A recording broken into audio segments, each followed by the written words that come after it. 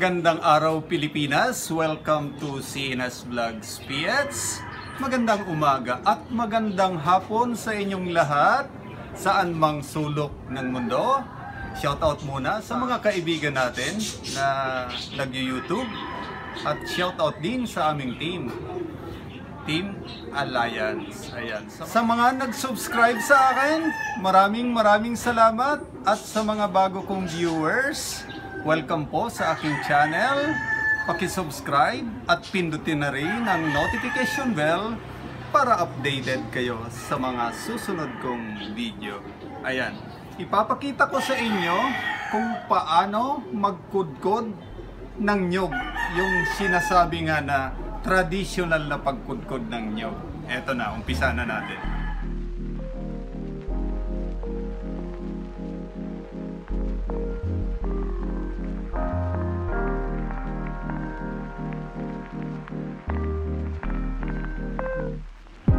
Ito na ang nyog natin. Ayan, bibiyakin na natin, titingnan natin. Ayan, ganito lang magbiyak ng nyog. Ayan, tingnan mo. One click, magaling talaga. Ayan. Dito muna. Ayan. Ayan, ang nyog natin.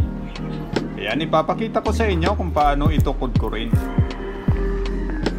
At ito na nga, mag-uumpisa na tayong magkudkod. Yan, ipapakita ko sa inyo kung paano magkudkod ng nyog. Ito yung traditional na ginagawa namin sa probinsya, kung paano magkudkod ng nyog. Kahit dito sa Metro Manila, ayan, mayroon akong kudkuran, hindi pa rin nawawalan. Just in case na mag-brand out, ayan, mayroon tayong kudkuran. Ito na nga, umpisa na natin magkudkod.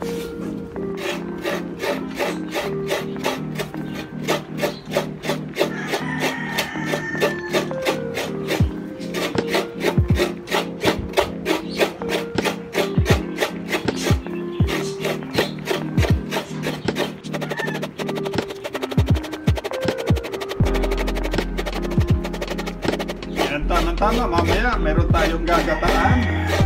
Ayan,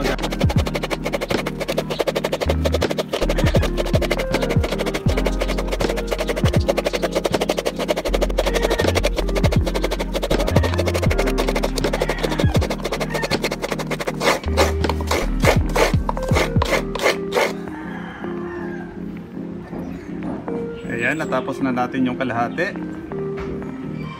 Yung kabiyak, ayan, kukudkurin din natin.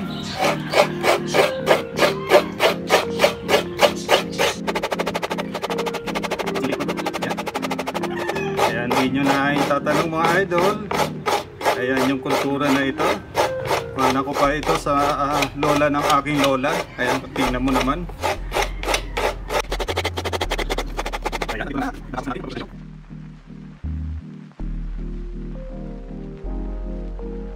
Yan, ito na mga idol, tapos ko nang kudkurin ang nyog. Yan, pipigayin natin at mamaya papakita ko rin sa inyo kung paano pigayin itong kinudkod kong nyog. Ayan. At ito na nga, ang kinudkod kong nyog ay pipigayin ko na. Ayan, papakita ko sa inyo kung paano magpiga ng kinudkod ng nyog.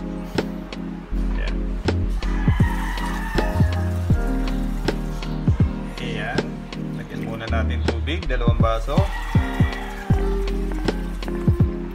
Ayan.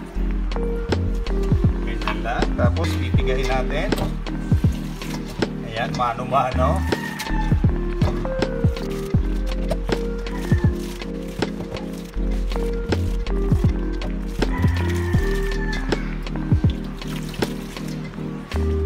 Ayan, pag napigan na natin,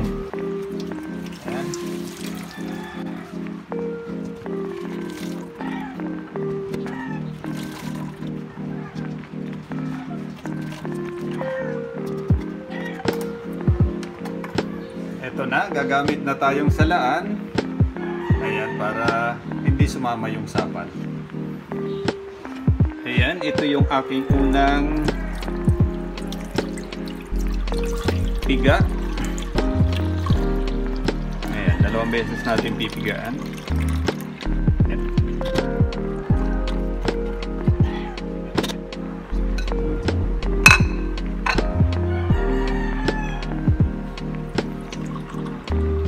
Isang baso na lang ilalagay natin, pangalawang biga.